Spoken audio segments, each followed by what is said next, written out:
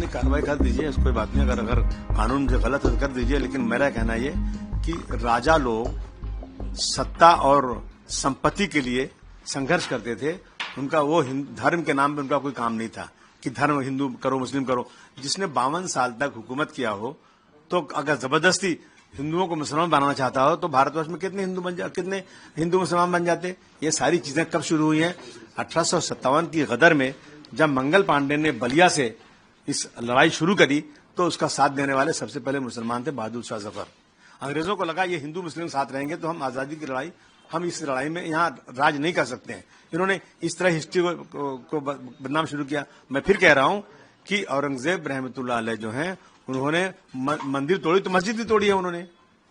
गोलकुंडा की मस्जिद की जो ताना राजा थे तानाशाह, क्या नाम था उसका, उसकी मस्जिद तोड़ा उन्होंने, वहां पे मंदिर भी तोड़ा। अगर तो क्या वजह है उसको पता लगाना चाहिए। लेकिन अगर वो हिंदू के खिलाफ होते तो 34% हिंदू उनके साथ नहीं रहते और उनका सिपह सालार हिंदू नहीं रहता। मेरा कहना है कि इसको हिंदू मुस्लिम एंगल से नहीं देखना चाहिए। और ये सच है कि उनके राज में भारतवर्ष सोने की चिड़िया था।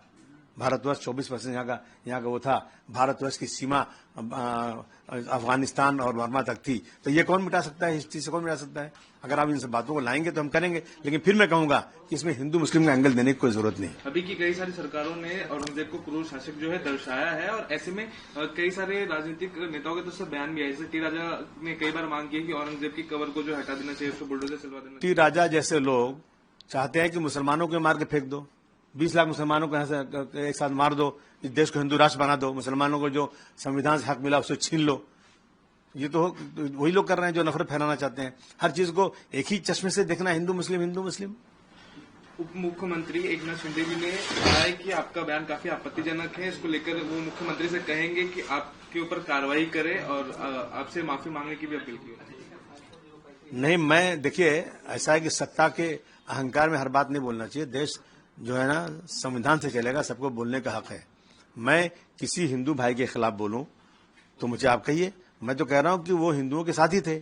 उन्होंने 34% हिंदू उनके साथ, उनके उसमें रियायत उनमें थे, उनके सरकार में थे। तो इस तरह की बातें, सच्चाई सुनने की क्या तकलीफ है? और उसी औरंगजेब रहमतुल्लाह अलैह की के नाम की सड़क दिल्ली में आज से नहीं है, जब से आजादी जब से बनी हुई थी। 2014 के बाद से ये सब चीजें शुरू हो गई हैं। कल एक विधायक ने महाराष्ट्र में एक स्टेटमेंट दिया कि औरंगजेब ने राजा होने के तौर पर बहुत अच्छा प्रशासक चलाया, बहुत अच्छे से सेवा दी। तो उनको याद दिलाना चाहती हूं कि जिस महाराष्ट्र में आप विधायक बनकर विधिमंडल में जाकर जो 5-5 साल बैठते हैं ना, उस महाराष्ट्र के राजा सिर्फ छत्रपति शिवाजी महाराज और संभाजी महाराज थे। और तुम्हारे बाप ने 100 करोड़ बाप जो तुम्हारा है औरंगजेब, जिसने हमारे संभाजी महाराज पर इतना अत्याचार किया। हम लोगों ने तो इतिहास पढ़ा है, पर जिन्होंने पढ़ा नहीं है ना, तुम जैसे लोगों ने जाकर एक बार थिएटर में छावा पिक्चर देखनी चाहिए कि तुम्हारे बाप ने हमारे भगवान के साथ, संभाजी महाराज के साथ क्या किया था। मैं इतना ही बोलना चाहूंगी।